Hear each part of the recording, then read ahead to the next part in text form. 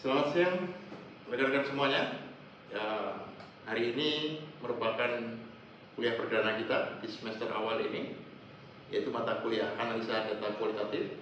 Di kelas analisa data kualitatif ini nanti akan kita jalani selama satu semester ini, ada 16 pertemuan, dan harapannya pun nanti luaran daripada mata kuliah ini adalah Anda semuanya mampu menjalankan kegiatan penelitian kualitatif baik secara desain ataupun secara praktik di lapangnya nanti menghasilkan satu laporan kerja penelitian kualitatif yang baik.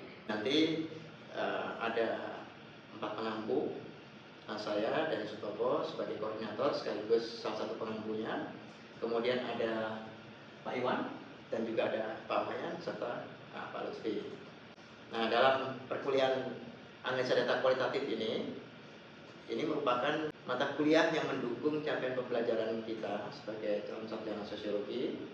Nah, mata kuliah ini akan mendukung CPL kita yang kedua, ketiga, keempat, ketujuh, dan kedelapan.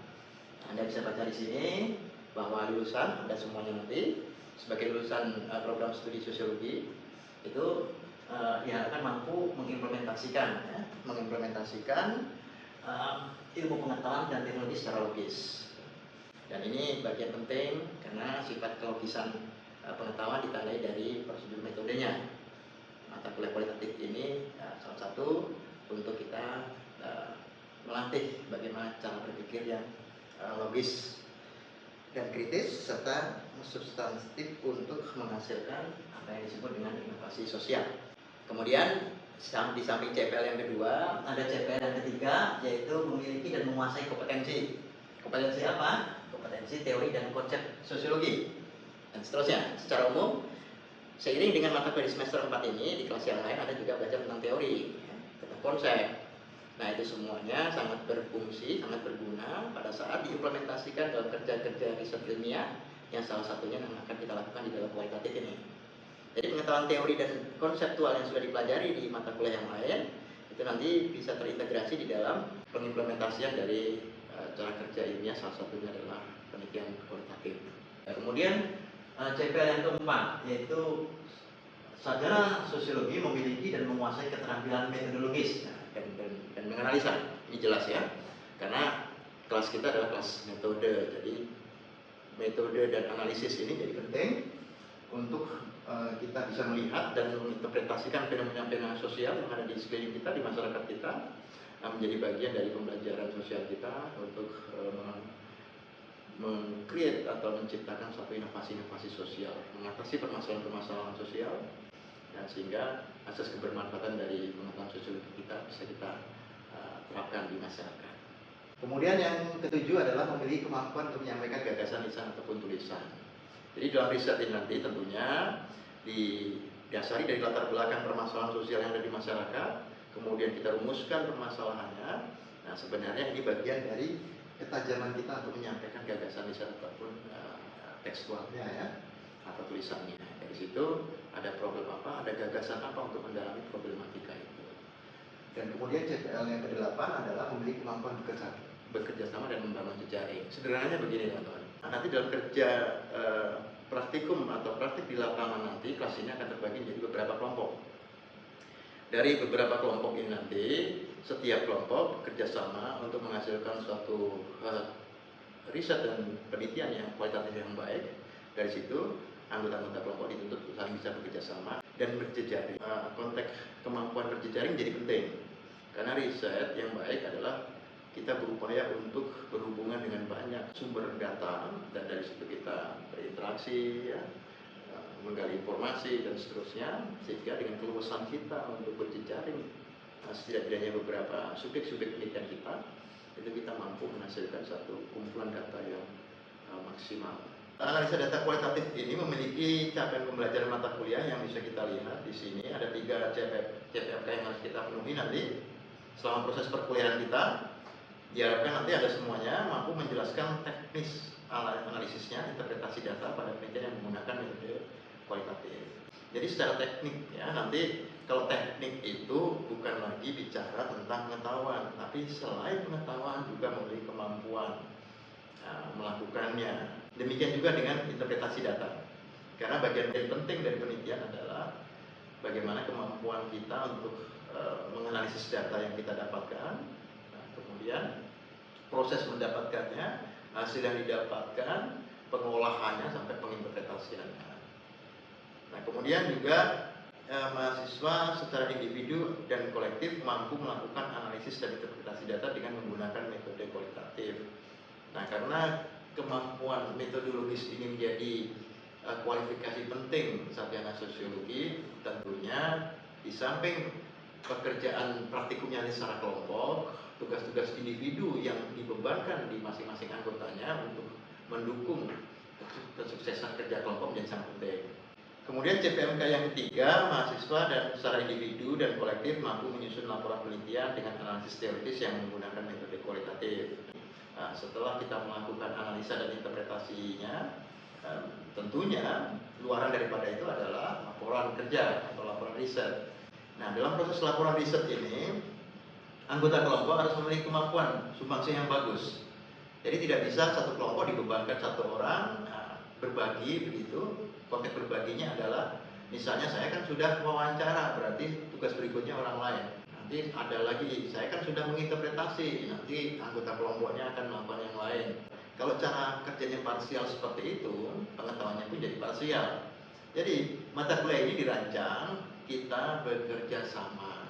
Ya, artinya secara kolektif dari proses awal sampai proses akhir, semua anggota kelompok, semua mahasiswa memiliki kesempatan dan kemampuan yang sama untuk berproses sampai menjadi laporan penelitian, di mana laporan penelitian yang bagus itu ditandai juga secara akademis ya, analisis teoritis dan konseptualnya juga tajam, karena sebagaimana di awal perkuliahan tadi, pengetahuan konseptual dan teoritis yang sudah dipelajari di mata kuliah yang lain merupakan fondasi penting untuk kita bisa mendalami suatu fenomena-fenomena sosial.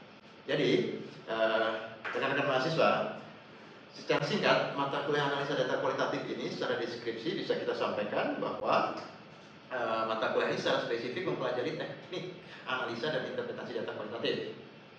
Dan tujuan daripada mata kuliah ini adalah mahasiswa diharapkan mampu melakukan teknik analisis data dan interpretasi data untuk pendekatan metode kualitatif yang secara umum digunakan dalam ilmu sosial dan sosiologi secara khusus.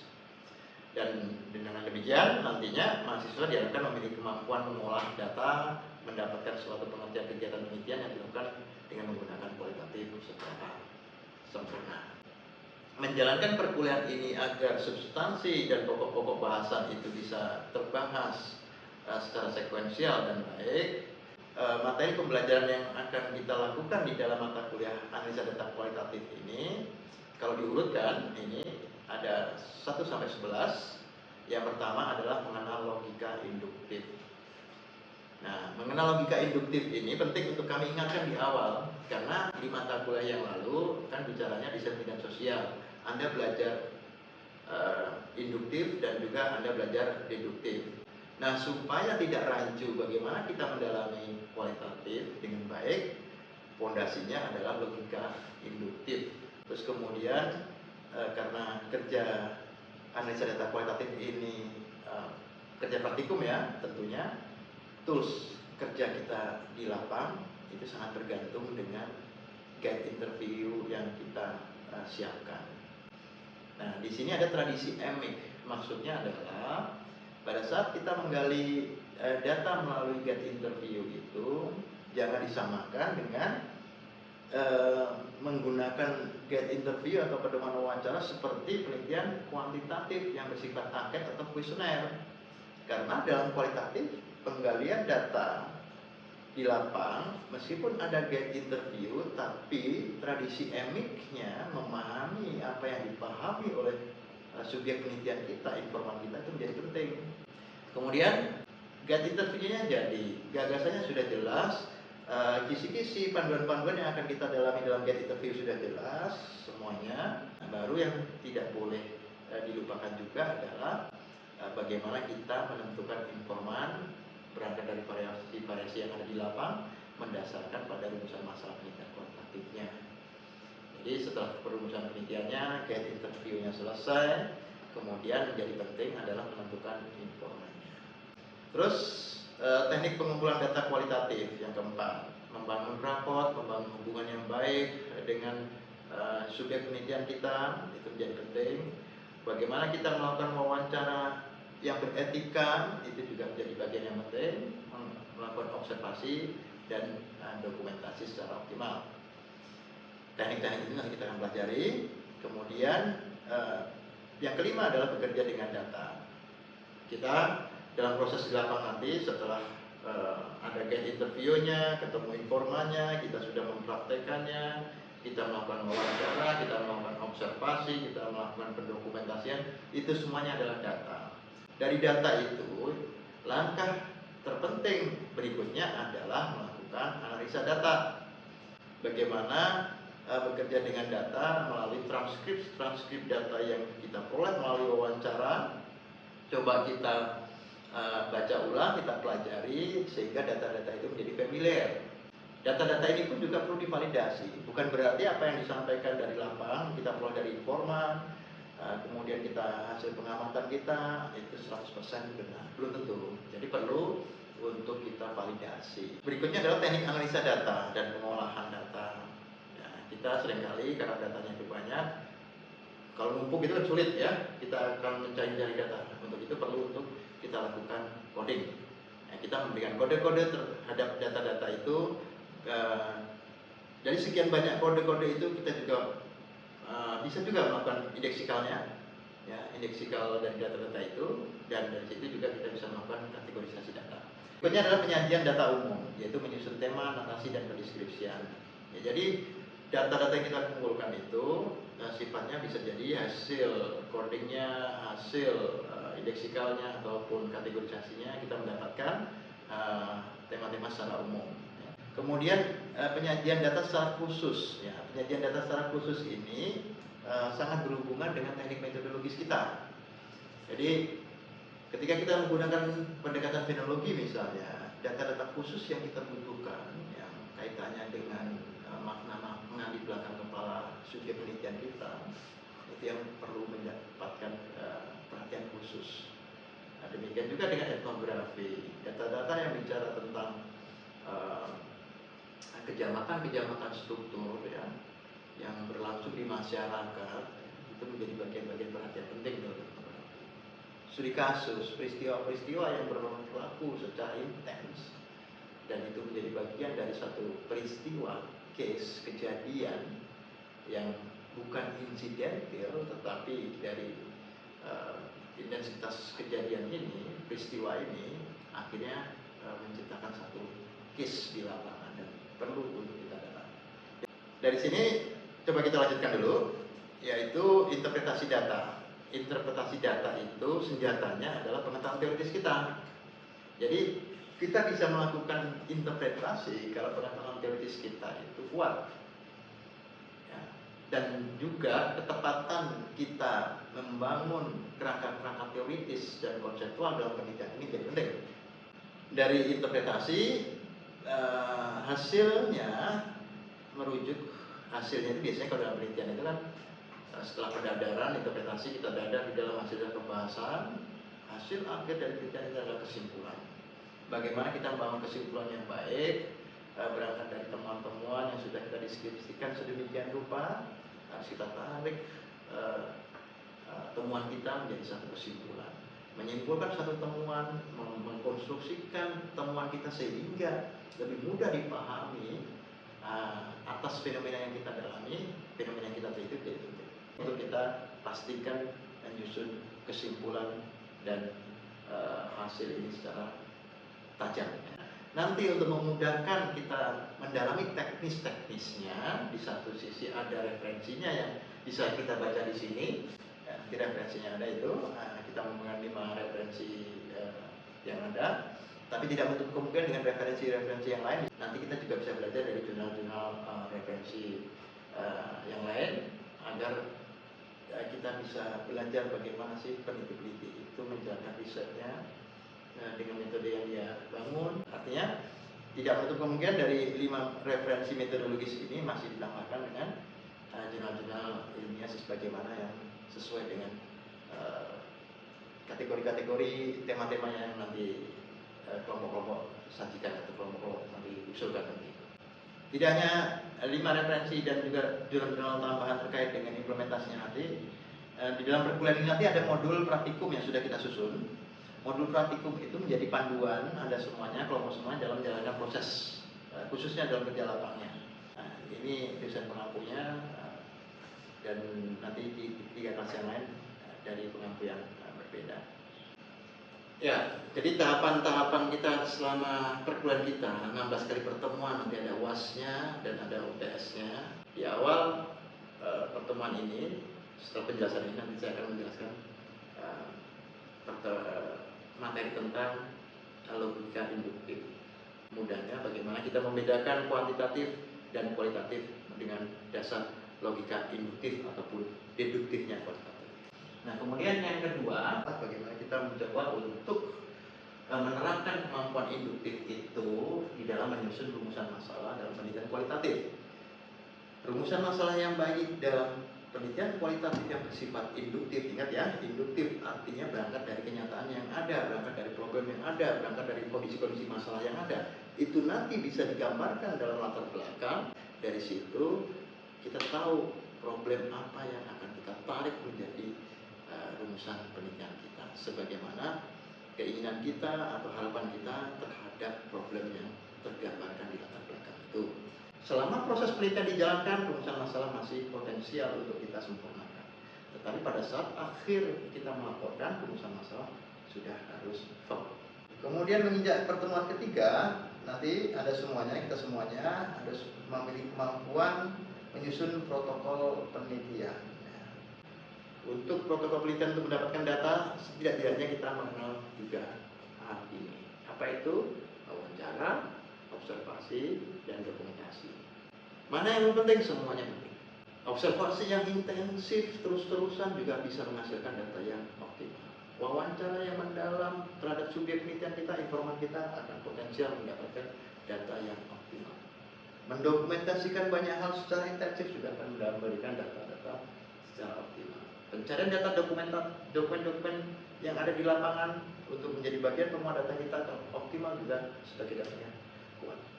Yang tidak kuat itu kalau wawancaranya setengah-setengah, mengobservasi sesuatu hal yang kita dalami juga setengah-setengah. Kalau sempat misalnya, kalau sempat ya saya observasi, kalau nggak sempat ya sudah, itu sifatnya jadi setengah-setengah.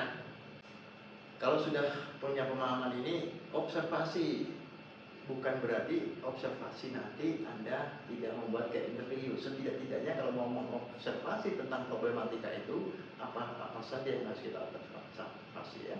Hal-hal apa saja yang harus kita perhatikan. Itu penting itu, supaya kita tidak datang tanpa amunisi apapun. Yang keempat, harapannya mahasiswa mampu menjalankan kerja lapang. Ya tadi ya, membangun rapor dan etika riset, terus kemudian melakukan observasi, wawancara, dan dokumentasi. Kemudian yang kedua, mahasiswa mampu berinteraksi dengan informan berdasarkan pada kebutuhan menjawab rumusan masalah dan tujuan. Nah, di sini di pertemuan keempat nanti kita akan turun lapang untuk mempraktekkan 3 hal tadi. Pertemuan kelima, sekembalinya dari lapang, apa yang kita dapatkan? Tentunya kan data. Data-data yang bertumpuk ini harus kita apain, baik data observasi, data wawancara, dan data dokumentasi. Nanti kita masuk ke bekerja dengan data. Wawancara, wujud datanya bisa kita transkripsikan, observasi juga bisa kita transkripsikan, kalau dokumentasi bisa kita kumpulkan. Dari situ coba kita familiarisasi, kita melakukan familiarisasi. Jangan sampai datanya banyak tapi kita sendiri nggak familiar dengan data itu. Setelah ini semuanya kita coba pelajari kembali data-data, kita baca ulang data-data ini, mana-mana yang memiliki tingkat relevansi paling tinggi dan mana-mana yang ya sekiranya ini data-data selipan yang bisa jadi muncul karena sifat keluasan kita dalam menggali data dan informasi.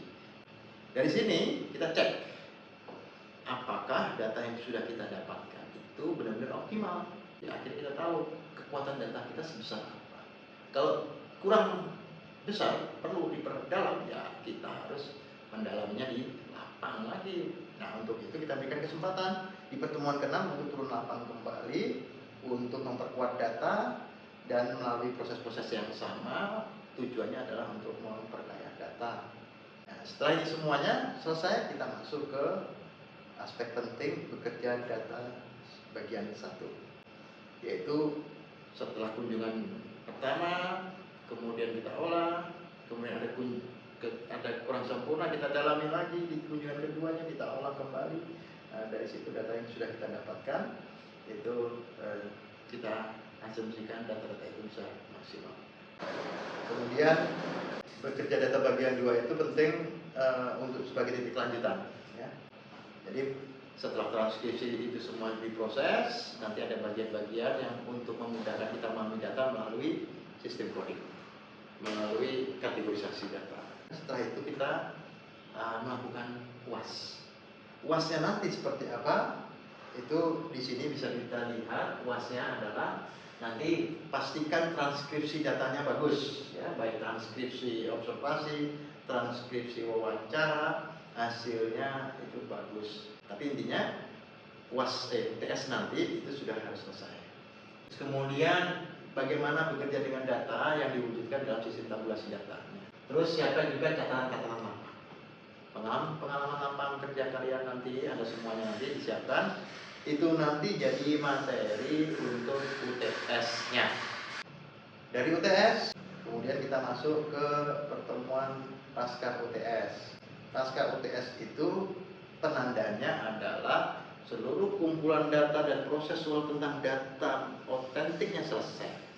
Baru setelah UTS sebenarnya substansinya kita lebih banyak mengoptimalkan antara data lapang, perspektif teori dan konseptual yang kita bangun, konstruksi pengetahuan yang kita bangun, bagaimana itu kita koneksikan, bagaimana itu kita terjemahkan ke dalam laporan tindakan kualitatif yang bisa kita himpun dari pertemuan-pertemuan ke-10 dan seterusnya. Terus kemudian pertemuan ke-11 itu dari data dan konsep serta teori yang kita coba pertemukan itu menghasilkanlah apa yang disebut dengan kemampuan kita untuk mendefinisikan gejala-gejala yang ada. Pengetahuan mendefinisikan gejala-gejala yang ada dari perspektif faktualnya dan perspektif teoritis atau konseptualnya sebagai penanda kepemahaman kita terhadap yang kita teliti. Kemudian pertemuan ke-12, mahasiswa mampu melakukan interpretasi data bagian pertama, yaitu interpretasi yang mendasarkan pada kode-kode untuk menghindari intuisi atas data. Pelajaran semester lalu di DPS kan dikatakan instrumen kunci dari kualitatif adalah penelitinya sendiri. Instrumen yang paling penting adalah penelitinya sendiri.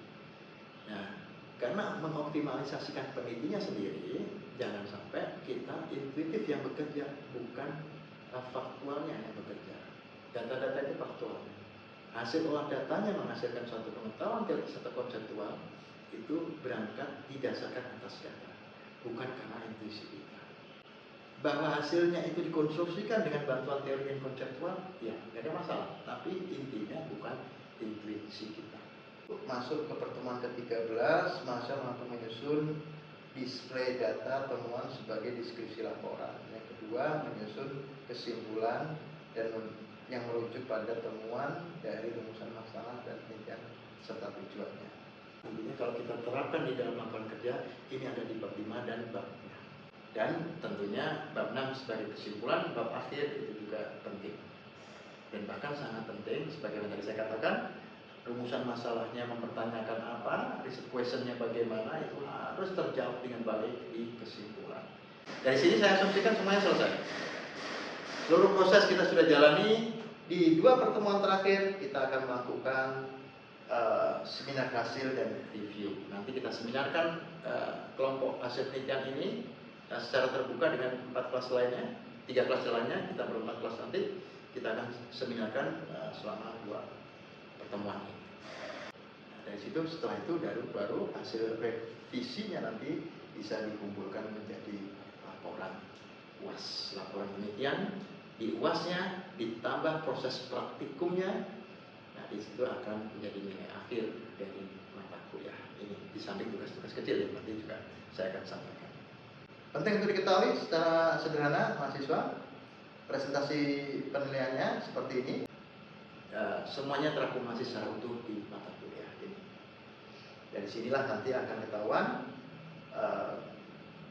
dari bobot penilaiannya dituangkan seperti ini. Ya.